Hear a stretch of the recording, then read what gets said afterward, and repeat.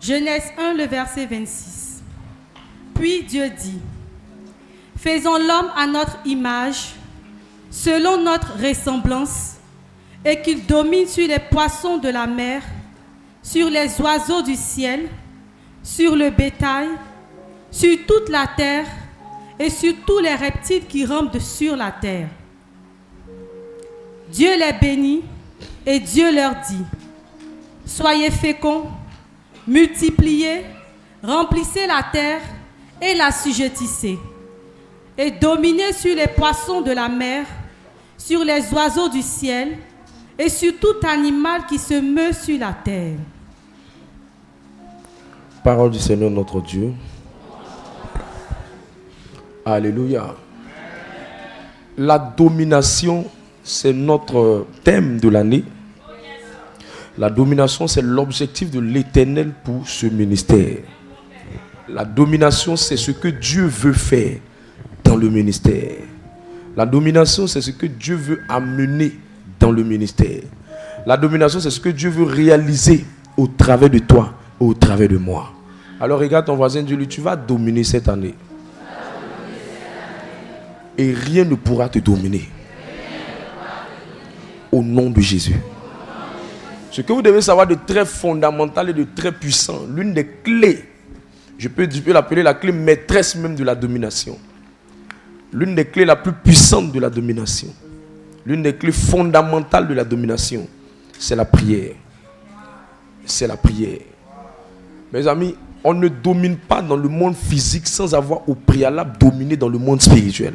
C'est ce combien de fois vous dominez dans le monde spirituel qui réjaillit sur votre monde matériel. C'est dans ce sens que la Bible dit que ce qu'un homme aura lié sur la terre sera lié dans le ciel. En d'autres mots, c'est le ciel qui influence et gouverne la terre. Donc la domination matérielle, financière, professionnelle n'est que le résultat de la domination spirituelle. Et la clé pour avoir la domination spirituelle, c'est la prière. C'est la prière. C'est la prière. Je peux te dire quelque chose de très important. S'il y a 3 secrets que tu dois avoir ce soir, prie, prie et prie. Montrez-moi quelqu'un qui marche dans la honte. Je vais vous montrer quelqu'un qui n'a pas donné l'importance à la prière.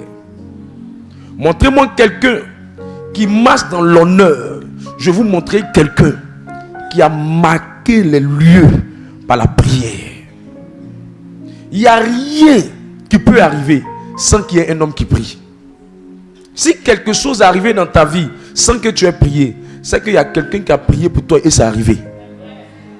Mais tu ne peux jamais être dans une position où il n'y a personne qui prie pour toi, et toi-même aussi tu ne pries pas, et puis tu vois ta vie, vois des choses venir. C'est pas possible. Le ciel ne vous donne pas seulement ce pourquoi vous pleurez, ce pourquoi vous vous inquiétez. Le ciel vous donne ce pourquoi vous avez invoqué l'Éternel. C'est pourquoi dis j'ai des problèmes, dis je traverse des situations, dis c'est compliqué, c'est bien beau, mais tant que tes plaintes ne se transforment pas en prière, il n'y a rien qui peut être l'objet d'une domination dans ta vie. C'est pourquoi je vais dire à quelqu'un, Dieu exige, Dieu demande la domination spirituelle par la prière. Dieu travaille le plus avec ceux qui prient. Quand vous voyez quelqu'un dire que les choses arrivent facilement dans sa vie, c'est que c'est quelqu'un qui opère sous un ciel ouvert de domination. Luc le chapitre 3 verset 21. Luc le chapitre 3 le verset 21. Tout le peuple se faisant baptiser. Tout le peuple se faisant baptiser. Jésus fut aussi baptisé. Jésus fut aussi baptisé. Et pendant qu'il priait. Pendant qu'il priait. Le ciel s'ouvrit. Le ciel s'ouvrit. L'ouverture du ciel sur la tête de Jésus était le résultat de quelqu'un qui était en train de prier. Si vous n'êtes pas en train de prier, votre ciel sera fermé. Ce qui me plaît dans le texte, on ne dit pas c'est après avoir prié. Mais on dit, c'est pendant qu'il priait. En d'autres mots, la prière ne doit pas se faire pendant un certain temps et après on se repose de la prière. La prière doit être quelque chose de permanent. La prière doit être quelque chose de régulier. La prière doit être quelque chose de tous les jours. La prière doit être ta nourriture. Tu dois respirer la prière. Tu dois marcher dans la prière. Tu dois te déplacer dans la prière. Dans tout ce que tu fais et dans tout ce que tu entreprends, tu dois associer la prière. Le monde est devenu tellement dangereux que si un homme est en sécurité, c'est que c'est un homme qui a su associer Dieu dans ce qu'il fait. C'est pourquoi on dit pendant qu'il priait. La plupart des chrétiens ont un problème. Dis problème. C'est que quand ils ont commencé à prier et que les choses ont commencé à marcher, ils arrêtent de prier. Quand ils ont commencé à prier et que la porte a commencé à s'ouvrir, ils arrêtent de prier. Quand ils ont commencé à prier et que la prophétie a commencé à se manifester par des rêves, par des visions, par des paroles, par des révélations, ils arrêtent de prier. Ce que beaucoup ne savent pas, c'est qu'au commencement, il faut prier. Quand ça commence à marcher, il faut prier. Pour que ça continue de marcher, il faut prier. Pour que ça reste toujours dans la position où ça marche, il faut prier. Pour que rien ne vienne faire obstacle, il faut prier. Pour que tu puisses garder le rang qui permet d'avoir un accès libre à ce que Dieu a commencé à faire, il faut prier. Parce que c'est pas parce qu'une porte s'est ouverte dans ta vie qu'elle restera ouverte toute ta vie. C'est pas parce qu'une porte s'est ouverte aujourd'hui qu'elle restera ouverte demain. C'est pourquoi beaucoup de chrétiens disent: j'ai vu Dieu me dire que j'allais avoir mon examen, mais ils ont échoué. Parce que c'est pas parce que la porte s'est ouverte aujourd'hui qu'elle restera ouverte permanemment. C'est pas parce que la prophétie a commencé à se manifester qu'elle finira dans son accomplissement. Quand tu as prié et que la prophétie s'est ouverte, c'est bien. Mais continue de prier pour que la prophétie demeure dans son cours. Continue de prier pour que la prophétie voie permanemment sa manifestation. Continue de prier pour que la prophétie soit entretenue afin que rien ne fait obstacle. Parce que Satan ne dort pas. Ça peut bien commencer et en cours de route ça va s'arrêter. Ça peut bien commencer et en cours de route ça va marcher, mais vers la fin ça ne risque de ne pas aboutir. C'est pourquoi Paul va dire en 1 Corinthiens le chapitre 7 verset 9, une porte mais ouverte. Une porte mais ouverte. C'est comme quelqu'un qui dit: la porte de mon travail s'est ouverte, la porte de mon mariage s'est ouverte, la porte de mes affaires s'est ouverte. Et ces affaires ont commencé à marcher. Ces affaires ont commencé à progresser. Ces affaires ont commencé à réussir. Le travail a commencé à marcher. Mais à un moment donné, il est surpris de constater que la même porte, elle s'est fermée. Que la même porte, elle a fini il a commencé à traverser des choses. Et finalement, la porte s'est fermée. Pourquoi? Parce qu'il n'a pas compris que c'est pas parce que la porte est grande, l'accès est ouvert, que ça veut dire que les ennemis sont assis. Non. On dit la porte est grande, l'accès est ouvert, mais les ennemis sont nombreux. En d'autres mots, plus la porte même s'ouvre, les ennemis sont plus dangereux que quand c'est fermé. C'est pourquoi un chrétien averti qui veut dominer, c'est le chrétien qui, quand ça s'ouvre, il prie. Quand ça reste ouvert, il prie. Il prie quand c'est ouvert, mais il continue de prier pour garder la porte ouverte. Il continue de prier pour que la porte qui était ouverte, lorsque les ennemis viendront pour chercher à la fermer, ils ne pourront pas la fermer parce qu'il a commencé dans la prière, il est resté dans la prière et il continue dans la prière. Je reprends.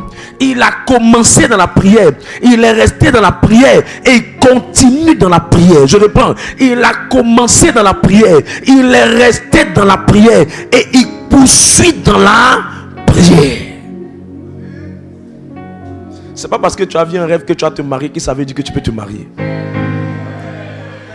C'est pas parce qu'on a prophétisé aujourd'hui ton travail que ça veut forcément dire que tu vas continuer toujours dans cette porte ouverte. Il dit une grande porte. Il le teste pour aider quelqu'un. 1 Corinthiens 16, le verset 9. Car une porte grande est d'un accès efficace mais ouverte. Mais ouverte. Et les adversaires sont nombreux. Sont nombreux. Je peux te dire quelque chose? Il est plus difficile de garder sa position que d'ouvrir pour entrer dans une position. Je reprends. Il est plus difficile de garder sa position que de chercher à ouvrir une position.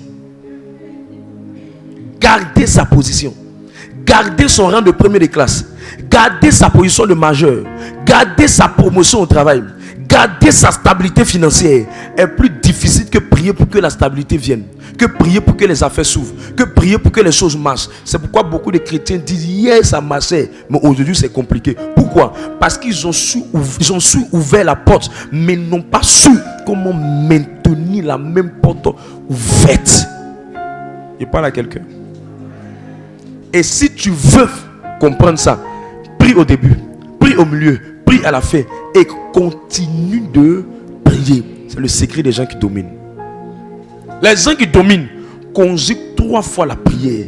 Ils prient à l'introduction, ils prient au développement et ils prient à la conclusion. Les gens qui dominent, ils prient à l'introduction, ils prient au développement et ils prient à la conclusion, à la fin. Mais les gens qui ne dominent pas, quand ils ont commencé à prier et qu'on a commencé à les appeler pour les entretiens et qu'ils ont eu un travail, ils sont tellement contents qu'ils arrêtent.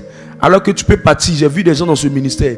Elle est venue, elle a dit: papa, Dieu m'a fait grâce. On m'a appelé pour commencer le travail. On dit gloire au Seigneur. Elle a commencé 1 semaine. Elle a commencé 2 semaines. Elle a commencé 3 semaines. 1 mois après, le même travail, elle a perdu. Pourquoi? Elle a su comment on ouvre, mais elle n'a pas su comment maintenir la porte ouverte. Et les gens qui dominent, ils ne prennent pas la prière comme un acquis. Mes amis, si je prenais la prière comme un acquis, il y a des jours, je n'allais pas me lever pour aller faire la matinale. J'ai compris que rien n'est acquis dans le spirituel. Ce n'est pas parce que ça a commencé à bien marcher que ça va continuer à marcher. Voilà ce qui frustre les hommes d'affaires. Parce qu'il a appelé un client, le client lui a dit: c'est fait. Demain, on nous envoie l'argent. Demain, on vous envoie l'argent. Allô? Oui, demain, je viens. On conclut notre affaire. Il dit yes. D'autres même ont commencé à prendre crédit. D'autres même appeler les gens à qui ils doivent. Pour leur dire demain matin, c'est validé, c'est validé. C'est validé. D'autres même sont sortis. Ils sont partis dans le supermarché, ils ont fait des achats. Ils vous parle des choses. Moi, j'ai fait les affaires. Ils ont acheté les choses, tout. Et puis ils sont contents. Et puis la même porte là. Le gars qui a dit là, il ne parle plus. 20 mois. Son téléphone ne sonne plus. Pourquoi? Ils ont eu accès. Ils ont eu accès. Remets le texte. Une grande porte d'un accès. Elle est ouverte. Mais les ennemis qui sont devant là t'annoncent que on a vu que tu viens d'ouvrir, mais on ne te laisse pas. Voilà pourquoi il dit la porte. Il dit une porte grande d'un accès efficace, mais ouverte. Mais les adversaires sont nombreux. Tu as prié pour le voyage. Prie pour que la grâce là, elle ne se perde pas. Tu as prié pour le mariage. Prie pour que la grâce là, elle ne se perde pas. Tu as prié, ce n'est pas perdu. Prie pour que la grâce là, elle s'amplifie. Tu as prié, elle a commencé à s'amplifier. Prie pour qu'elle puisse s'établir. C'est pourquoi les hommes de domination, c'est des hommes qui prient et qui prient. Les hommes qui ne sont pas de domination, ils n'ont pas compris ça. Jésus lui-même en Luc 3 verset 21, le ciel s'est ouvert, les anges sont venus, ils l'ont fortifié. Mais dès qu'il sort, après que le ciel soit ouvert, il s'en va rencontrer Satan au désert. Après son baptême, il rencontre Satan. Ça veut dire que plus les bénédictions deviennent grandes, plus les portes de bénédiction s'ouvrent, plus la faveur commence à se manifester, plus l'adversité est plus élevée. C'est pourquoi on commence dans la prière, on demeure dans la prière, on poursuit dans la prière. Luc 18 verset 1. Et ça, les hommes de domination. Quand tu commences aujourd'hui, tu arrêtes de prier. Parce que ça marchait un peu, tu arrêtes de prier. Tu cherches mariage, 2 jours, on a commencé à te draguer, tu arrêtes de prier. Tu as eu un peu d'argent, tu arrêtes de prier. Tu as eu un peu de travail, tu arrêtes de prier. Non. Même pour la croisade, on a commencé au début à prier. Même le dernier jour, on continuait de prier pour la croisade. On a compris une chose. C'est pas parce que ça a bien commencé que ça va forcément bien se terminer. Tout par la prière. Rien sans la prière. Lis le texte. Luc 18, le verset 1. Jésus leur adressa une parabole pour montrer qu'il faut toujours prier et ne point se relâcher. C'est ça qui fatigue. Écoutez, vous ne pouvez pas être un paresseux et être un homme de domination. Prier est plus difficile que manger.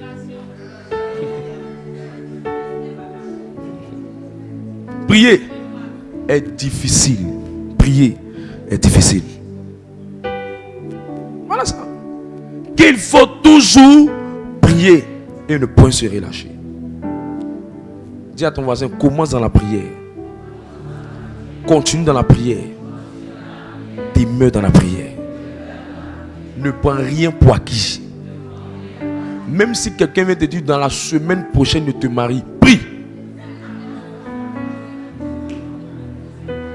Écoute, je peux te dire quelque chose. Plus les hommes te donnent de belles affirmations, ça veut dire plus il faut beaucoup prier. Parce que les paroles des hommes, elles ne sont pas éternellement des paroles qui ne passeront pas. Les seules paroles qui ne passeront pas, c'est la parole de Jésus. Le même Pierre qui a dit à Jésus hier, toi et moi, on va mourir à la croix, on est ensemble jusqu'à la gare. Le même Pierre a changé de parole. Plus quelqu'un te confirme un marché, un dossier, une affaire, une proposition, plus la prière doit être ton meilleur ami. Quelqu'un comprend ce que je suis en train de dire là? J'ai compris que je ne dois rien prendre pour acquis. Je prie au départ, je prie au milieu, je prie à la fin. Je prie à l'introduction, je prie au développement, je prie à la conclusion. Philippiens 4, 6.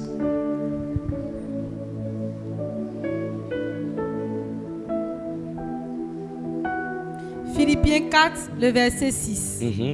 Ne vous inquiétez de rien, mais en toute chose, faites connaître vos besoins à Dieu par des prières et des supplications avec des actions de grâce. Écoutez, l'inquiétude est le fruit de l'absence de prière. Quand vous voyez quelqu'un qui s'inquiète beaucoup, c'est qu'il ne prie pas beaucoup. La meilleure manière de ne pas être trop inquiet, beaucoup inquiet, c'est de beaucoup prier.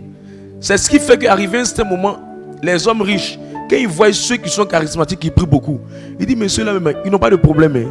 C'est parce qu'ils ne comprennent pas que ce n'est pas qu'on ne voit pas les problèmes. Mais la prière nous donne les éléments nécessaires pour affronter les problèmes. Or, un problème ne se règle pas d'abord quand il est résolu. Un problème se règle d'abord quand dans ton cœur tu es calme. Tu es calme. Agitation là, ça ne règle pas problème. Quelqu'un est avec moi? Et tout ça, ça marche dans la prière. Il dit, faites connaître vos besoins à Dieu. Donc la première chose, c'est que la prière là, elle va mettre fin à l'inquiétude. Jésus était paniqué sur le chemin où il partait, où il voyait la croix. Jésus même était là, il était dans l'agonie, dans la tristesse, dans l'abattement.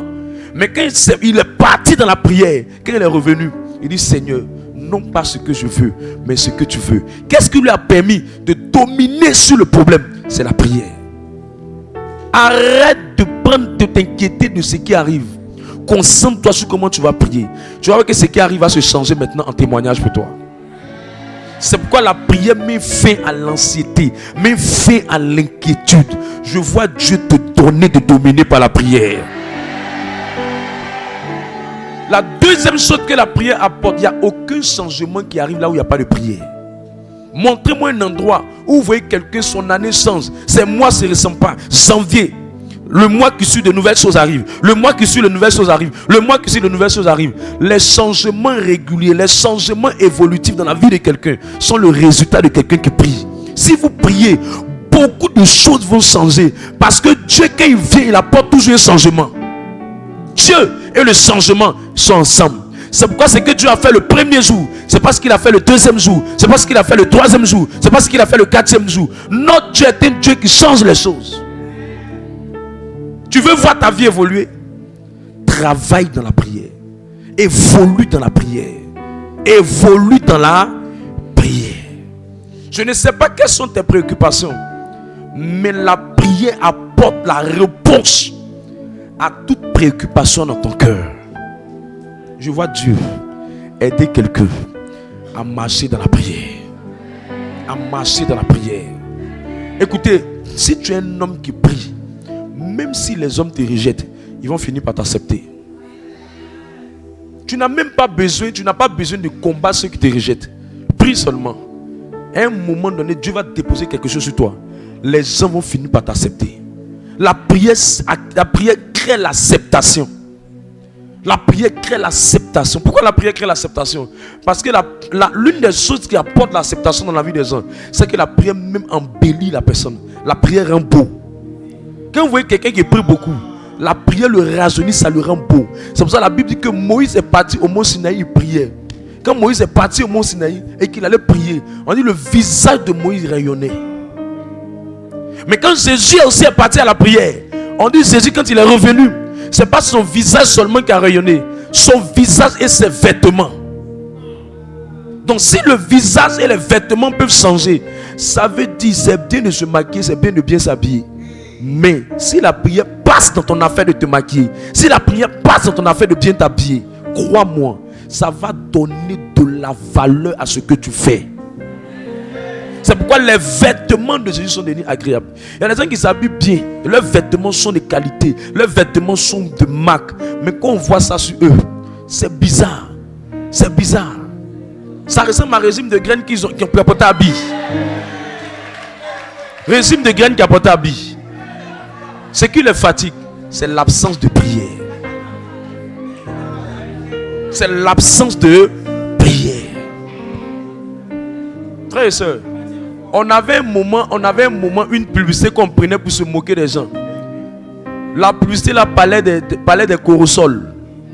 Vous connaissez très bien la publicité, mais je ne vais pas parler de ça, ils ne vont pas me payer. Et quand les gens parlaient de ça, les gens prenaient ça pour se moquer de certaines personnes qui avaient beaucoup de boutons dans les visages. Et j'ai fini par me rendre compte avec le temps, si la prière apporte l'onction, la prière peut te donner de la beauté. L'eau lave, mais la prière rend propre. La prière rend propre. La prière rend propre.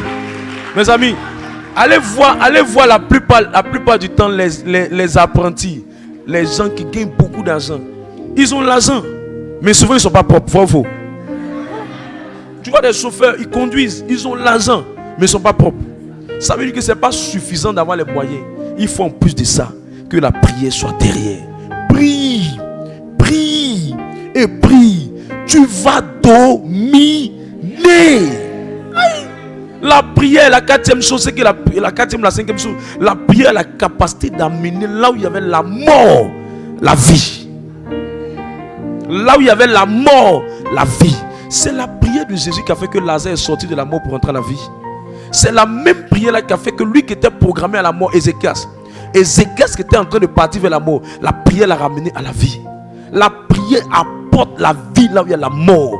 Montrez-moi quelqu'un dont le corps est en train de pourrir. Si la prière passe par là, la personne va rajeunir. Parce que la prière, ce qui fait que la prière apporte la vie, c'est que la prière permet à quelqu'un d'avoir plus de temps de vie. Ça apporte la longévité. C'est pour ça que Dieu, quand Ézéchias a prié, Dieu a ajouté 15 années à Ézéchias. Je vois Dieu te passer par ta prière pour ajouter plus d'années à ta vie. Plus d'années à ta vie. Reçois cette grâce. Reçois cette grâce. Lis le texte. Jean le chapitre 11, 39 à 42. Jean le chapitre 11, le verset 39.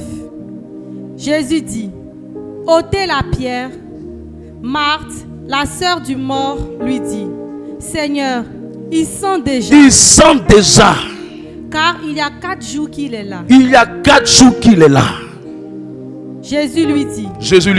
Ne t'ai-je pas dit que si tu crois, tu verras la gloire de Dieu. La gloire de Dieu. Quelqu'un va voir la gloire de Dieu aujourd'hui. Verset suivant. Ils ôtèrent donc la pierre. Et Jésus leva les yeux en haut et dit, Père, je te rends grâce de ce que tu m'as exaucé. Pour moi, je savais que tu m'exauces toujours. Mais j'ai parlé à cause de la foule qui m'entoure, afin qu'ils croient que c'est toi qui m'as envoyé. Quand il a fini cette prière, Lazare est sorti totalement du tombeau. Je ne sais pas qu'est-ce qui a duré dans ta vie. Regarde, le corps de Lazare avait fait 4 jours, c'était déjà pourri. Je crois une chose. On était à l'université et on a fini de composer. On finit de composer, nous tous, on va nous résister, on est admis. On passait tous en licence. Et beaucoup d'amis, ils n'arrivaient pas à comprendre qu'un parmi nous qui était très brillant avait échoué. On s'est mis ensemble. Et on a commencé à prier. On dit une autre liste qui va sortir. L'autre liste qui est sortie. Il n'y avait plus d'espoir pour ce frère en question. Mais la dernière liste qui est sortie, le premier nom, c'était le nom de notre ami. J'ai fini par me rendre compte d'une chose. Quand c'est gâté, l'une des choses qui peut arranger, c'est la prière. Je ne sais pas qu'est-ce qui est gâté en 2024 dans ta vie, mais je crois une chose qu'en 2025, la prière va venir réparer cette chose. La prière va venir arranger cette chose. La prière va venir remettre cette chose en ordre.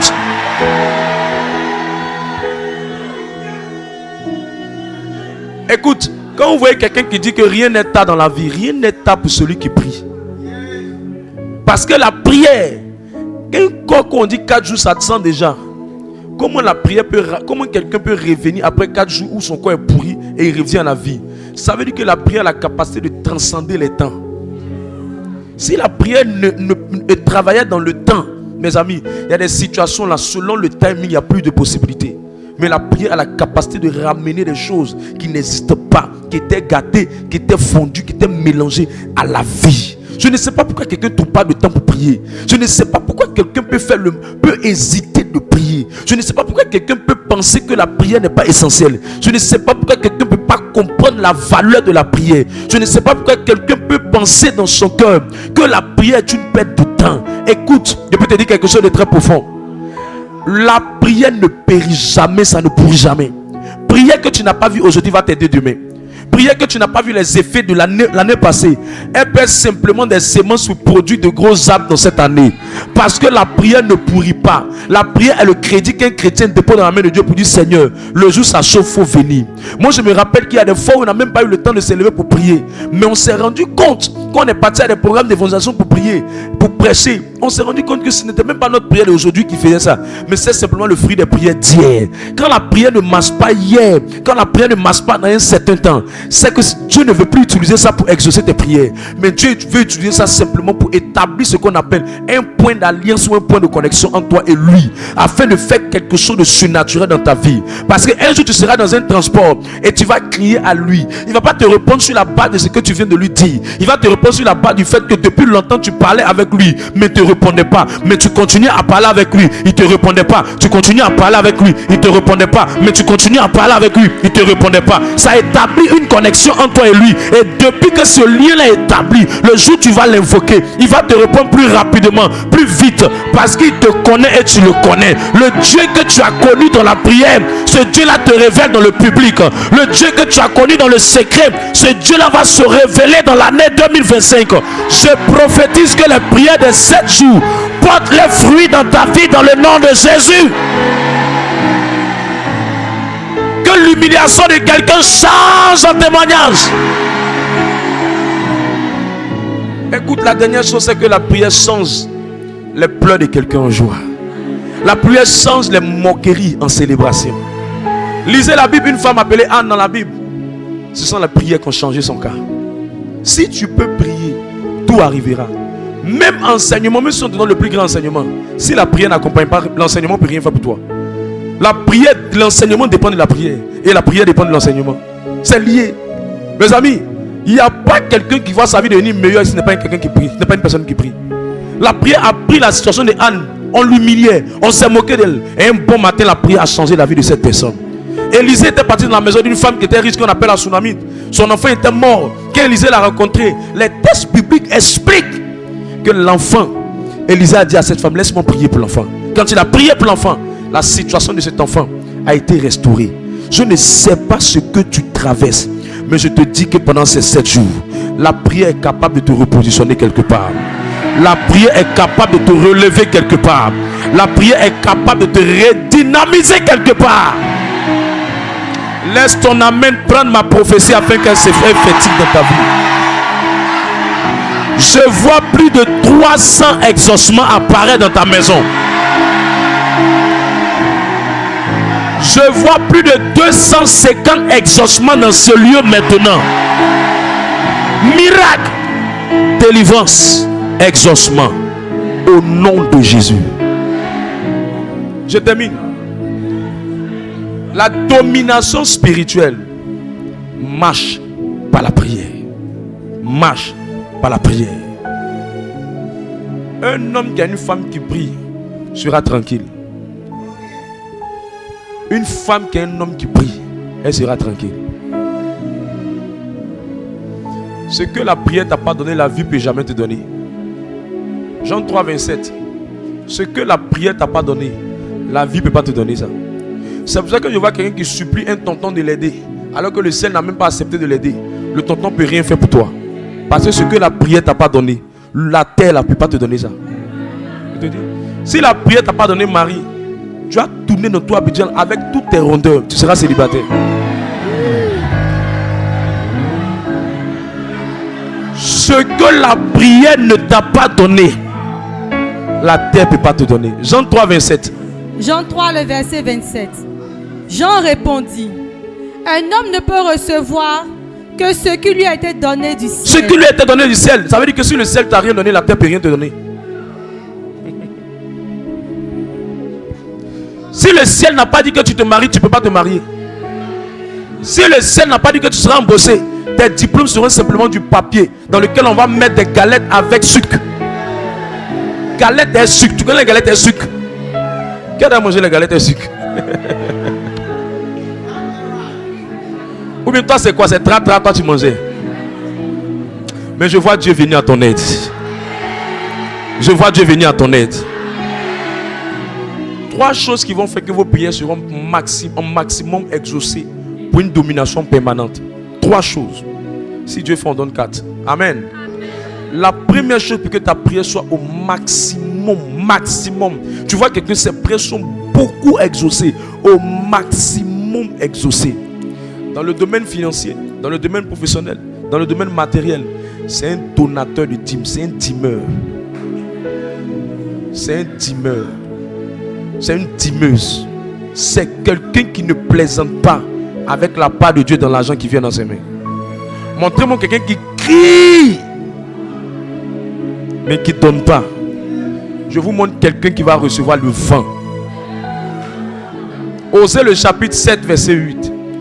C'est 8 verset 7 ou 7 verset 8. C'est que je regarde entre les deux. Osée 8 le verset 7. Puisqu'ils ont semé du vent, ils n'ont rien semé. Ils moissonneront la tempête. Chaque fois que vous ne s'aimez pas et que vous criez à Dieu, c'est le problème qui vient dans votre vie. C'est pas moi qui ai écrit le texte. Allons-y. Ils n'auront pas un épi de blé. Ce qui poussera ne donnera point de farine. Et s'il y en avait, des étrangers la dévoreraient. Dis à ton voisin, tu sèmes rien. C'est le vent qui vient. Puisqu'ils ont semé le vent, ils moissonneront la tempête. Seigneur agit financièrement, mais il ne donne pas. Il ne va pas avoir. Un homme qui veut être exaucé dans le couloir du matériel, des finances, du travail, de la stabilité financière et professionnelle, c'est un homme qui est un véritable dîmeur. C'est un gars, une femme, un chrétien qui ne joue pas avec la dîme. Le secret d'une vie de victoire, c'est la dîme. Mon secret, c'est la dîme. Tu veux aller loin, tu veux être exaucé, c'est la dîme. Je t'attrape, je me concentre sur toi, Dieu va te donner l'argent. Je t'attrape, je prophétise sur toi. Il y aura un miracle financier dans ces temps qui vont venir. Ce qui fera que Dieu amènera le miracle financier, c'est le résultat de ce que celui-même qui prie pour que Dieu te donne est un donateur depuis le ciel. Il dit, puisqu'ils n'ont semé le vent, ils moissonneront la tempête. C'est pourquoi l'église même existe. Que quand tu veux venir demander une messe, une prière, l'église dit, paye, apporte quelque chose. Et je suis en train de dire à quelqu'un, c'est pour t'apprendre ce qu'on appelle l'éducation à donner afin de recevoir.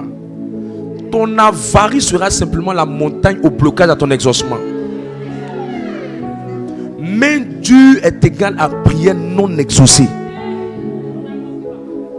Je vois Dieu venir en aide à quelqu'un. Je vois Dieu venir en aide à quelqu'un. C'est pourquoi il dit, comme ils n'apportent pas à la maison du trésor, les écus du ciel seront fermés. Mais quand ils apportent, les écus du ciel sont ouverts. Or Dieu nous exauce sur la bannière d'un ciel ouvert. Ton ciel n'est pas ouvert, tes prières ne seront pas exaucées. Tu es là où tu es parti?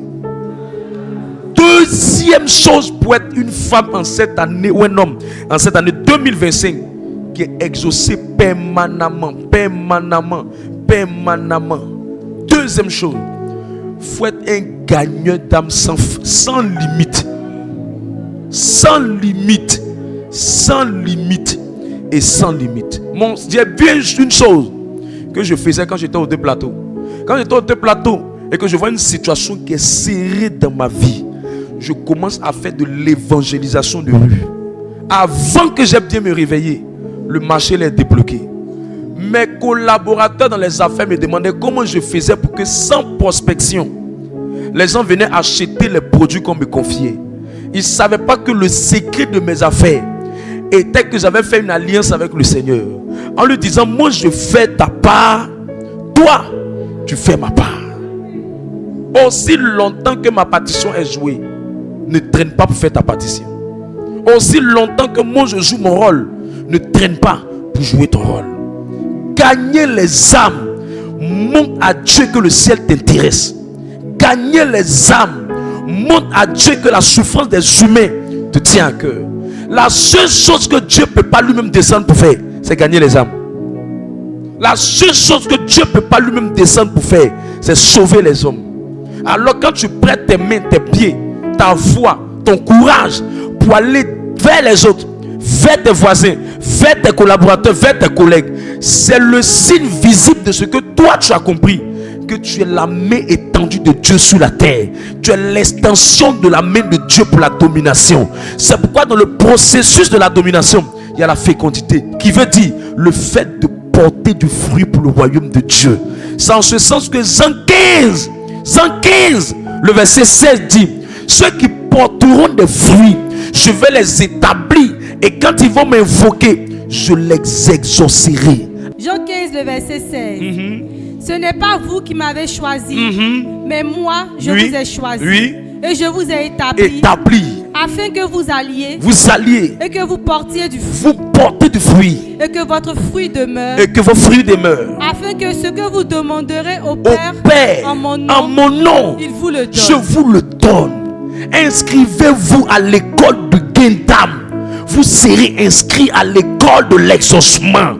Inscrivez-vous à l'université de gagner les âmes. Vous serez inscrit en faculté d'exaucement. Là où Dieu voit un homme qui poursuit les âmes, Dieu voit un homme qui doit exaucer. Là où Dieu voit un évangéliste qui poursuit les âmes, Dieu voit une personne qui doit exaucer. Là où Dieu voit quelqu'un qui veut que les gens soient sauvés, dans sa famille, dans son quartier, dans son entourage, dont ça brûle son cœur, ça brûle son âme, il est épris de ça, il est déterminé pour ça. Dieu fait de lui une personne qu'il va exaucer. Ne me dis pas que tu ne peux pas gagner quelqu'un. Tant que tu ne peux pas gagner quelqu'un, tu ne peux pas inviter quelqu'un, tu ne peux pas évangéliser quelqu'un. Tu n'as rien compris. Tu n'as rien compris. 3 choses qu'un grand évangéliste ne doit pas manquer de faire. La première chose, l'évangéliste doit demander, celui qui gagne les âmes doit demander au Seigneur, Seigneur, aide-moi à devenir un messager par ma vie pour toute personne. L'évangéliste qui prie pour ça, Dieu transforme sa vie, lui donne des témoignages pour que son message soit plus fort. Mais évidemment, Dieu doit le voir en train de commencer à gagner les âmes. Parce qu'une prière qui ne montre pas les actions, une prière qui n'est pas faite, dont les actions ne suivent pas, est juste des paroles en l'air. Donc quand tu dis Seigneur, fais de ma vie un messager, c'est que tu es en train de te lever pour évangéliser, tu es en train de te lever pour inviter. Chaque semaine, tu ne manques pas de venir au prier avec 1 ou 2 ou 3 personnes. Je vois Dieu t'aider à le faire dans le nom de Jésus-Christ. La deuxième prière que l'évangéliste fait, et l'évangéliste Dis au Seigneur, celui que j'invite, que le message touche son cœur. Donne de la puissance à notre homme de Dieu, afin qu'il soit rempli de puissance, de force, de foi, de parole. Mets les mots dans sa bouche. Donne-lui la puissance. Donne-lui la puissance. Parce que mes amis, plusieurs personnes parlent, mais s'il n'y a pas la puissance derrière, le message ne convainc pas le cœur. Si le message est tourné, s'il n'y a pas la puissance derrière, les gens ne croient pas. La puissance est l'expression visible et manifeste de ce que Dieu n'a pas sa main coûte et Dieu a sa main agissante pour faire et opérer dans la vie de plusieurs personnes. Donc une assemblée où un évangile dit Seigneur, réveille, habite, donne la puissance à mon homme de Dieu, utilise-le, utilise-le, utilise-le, utilise-le.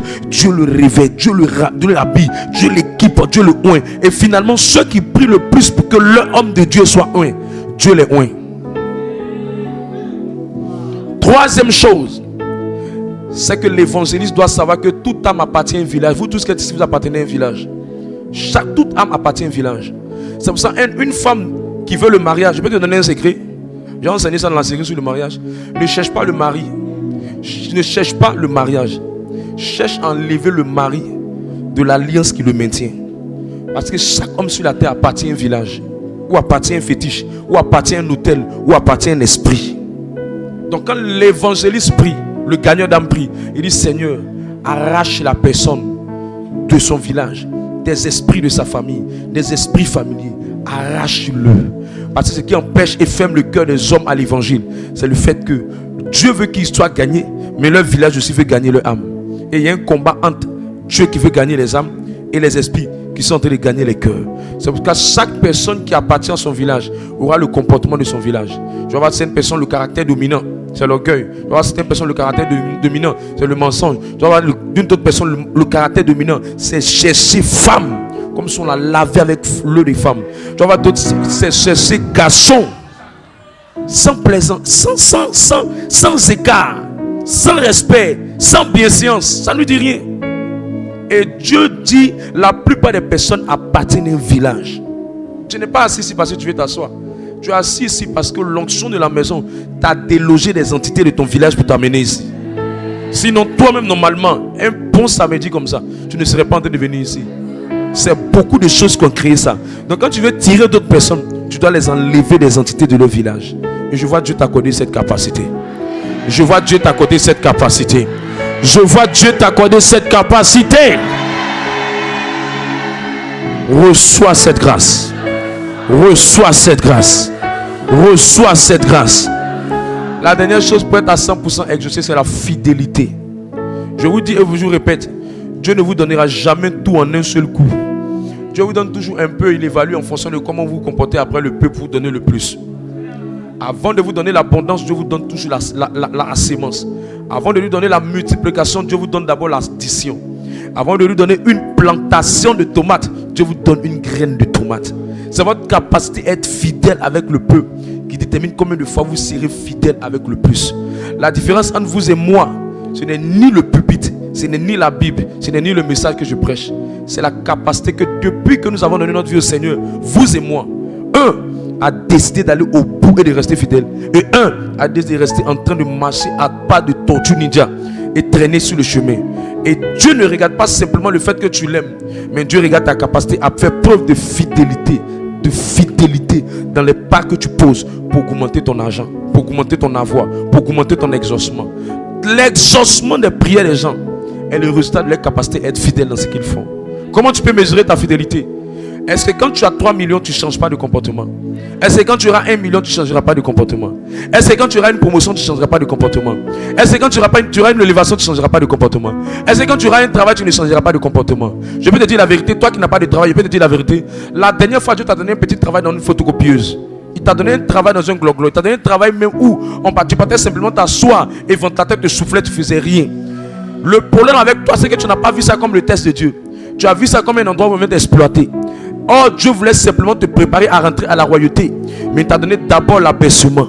Lis la Bible. La Bible dit qu'il est resté obéissant en marchant sur le chemin de la croix. Philippiens le chapitre 2 verset 9. Verset 6 à 9. Et quand il a marché en obéissant, comme un agneau qu'on amène à la boucherie, quand il s'est soumis, la Bible dit que celui qui a fait ça, Dieu l'a souverainement élevé. La domination, c'est l'élévation. Dieu ne vous élèvera jamais sans avoir remarqué le niveau de votre fidélité. Mon frère, la distance entre les futurs millions que tu auras et puis ton niveau actuel, c'est la fidélité. La distance entre ta capacité, voilà, il s'est humilié lui-même en se rendant obéissant jusqu'à la mort de la croix. Verset 9. C'est pourquoi Dieu l'a souverainement élevé au-dessus de tout. Vous voulez que Dieu vous élève? Montrez combien de fois vous êtes fidèle dans le peu. Si à cause d'un petit travail, tu as du mal à venir à la prière. Si à cause d'une petite affaire, tu as du mal à te stabiliser. Tu as du mal à t'asseoir en Dieu et à marcher en Dieu. Tu n'as rien compris. Ma femme est là. Quand je sens que je suis en train de monter en élévation et que Dieu est en train de me bénir, je lui dis, je dois chercher à faire encore plus. Parce que je sais que Dieu est en train de m'évaluer. Et Dieu est en train de me tester. S'il apprécie ma fidélité, il appréciera mon élévation. Je ne suis pas élevé en fonction du nombre de fidèles à qui je prêche. Je suis élevé sur la base du test de fidélité sur lequel je vais. Nous tous sommes pères des prédicateurs qui prêchent l'évangile. Mais ce n'est pas le nombre de fidèles seulement que Dieu regarde. Dieu regarde le niveau de fidélité. Est-ce que 20 000 ne va pas te changer? Est-ce que 300 000 de salaire ne va pas te changer? Est-ce qu'un mari qui te fera des bisous ne va pas te changer? Le reste, ça restera à savoir. C'est ce qui va déterminer combien de fois les prophéties vont marcher dans ta vie. Fidélité. Fidélité, c'est la capacité à rester la même personne malgré le temps. Fidélité, c'est la capacité à garder le même cœur malgré le temps. Fidélité, c'est la capacité à ne rien laisser diminuer, réduire ta passion, ton amour, ton zèle, ta dévotion pour le Seigneur. Aussi longtemps que ça baisse, aussi longtemps le quota de Dieu pour toi sera en train de baisser. Parce que Dieu ne pourra jamais faire plus que ce que tu avais. Je disais à une femme, ne prie pas pour la prospérité de ton mari. Elle dit, homme de Dieu, pourquoi? Il dit, prie pour la fidélité de ton mari. Si ton mari est fidèle, ton mari va prospérer. Parce que toute personne qui a connu la prospérité sans la fidélité va finir par rentrer dans une vie qui va compromettre les voies de Dieu. C'est pourquoi avant de te donner plus, Dieu regarde comment tu te comportes avec le moins. C'est la fidélité qui vous différencie. Domination. Cette année, c'est le niveau de fidélité. Certains vont rester célibataires jusqu'à la fin de l'année. Certains seront mariés. La différence, c'est pas que Dieu aime un et puis laisse l'autre. Dieu sera en train de vous observer. Il y a d'autres, le Seigneur va amener ton mari pour prier avec nous. Il y a d'autres, le Seigneur va amener ta femme pour prier avec nous. Il y a d'autres, le Seigneur va te rendre encore plus prospère. Il y a d'autres, le Seigneur va changer les conditions de ta vie. Il y a d'autres, le Seigneur va te donner un visa pour voyager. Il y a d'autres, le Seigneur va te promouvoir encore dans tes affaires. Mais il te dit la vérité. Dieu ne fait acception de personne. Dieu n'a pas d'enfant préféré. Dieu ne préfère pas quelqu'un blesser quelqu'un. Dieu nous aime tous également. Il fait tomber sa pluie sur le bon et sur le méchant. Mais la différence entre nous tous, c'est la fidélité. C'est la fidélité. Si l'élévation, la bénédiction, les avoirs, le matériel changera ton cœur, Dieu préfère te garder au même niveau que de t'amener là où il veut t'amener. Parce que si tu te perds et qu'il perd ton âme, il a dit lui-même, Marc 8, verset 36 à 38, à quoi sert-il un homme de gagner le monde si son âme se perd? C'est une futilité. Dieu n'est pas fou pour te mettre sur la terre et puis perdre ton âme et puis te faire rentrer. Perdre ton âme et puis te donner beaucoup de choses. Fais attention. Garde un cœur fidèle. Garde un cœur fidèle. Garde un cœur fidèle. C'est le pont entre ton niveau actuel et ta prochaine différence. Ta prochaine dimension. C'est être un chrétien insensé et manquant de sagesse. De dire au Seigneur, pourquoi tu ne m'élèves pas? Au lieu de prier pour l'élévation, la domination, prie pour le niveau de fidélité.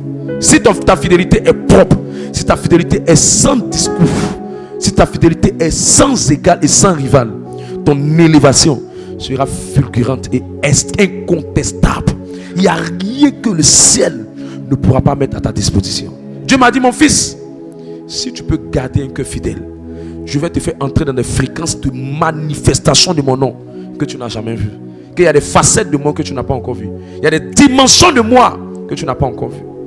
Reste fidèle, reste fidèle, reste fidèle.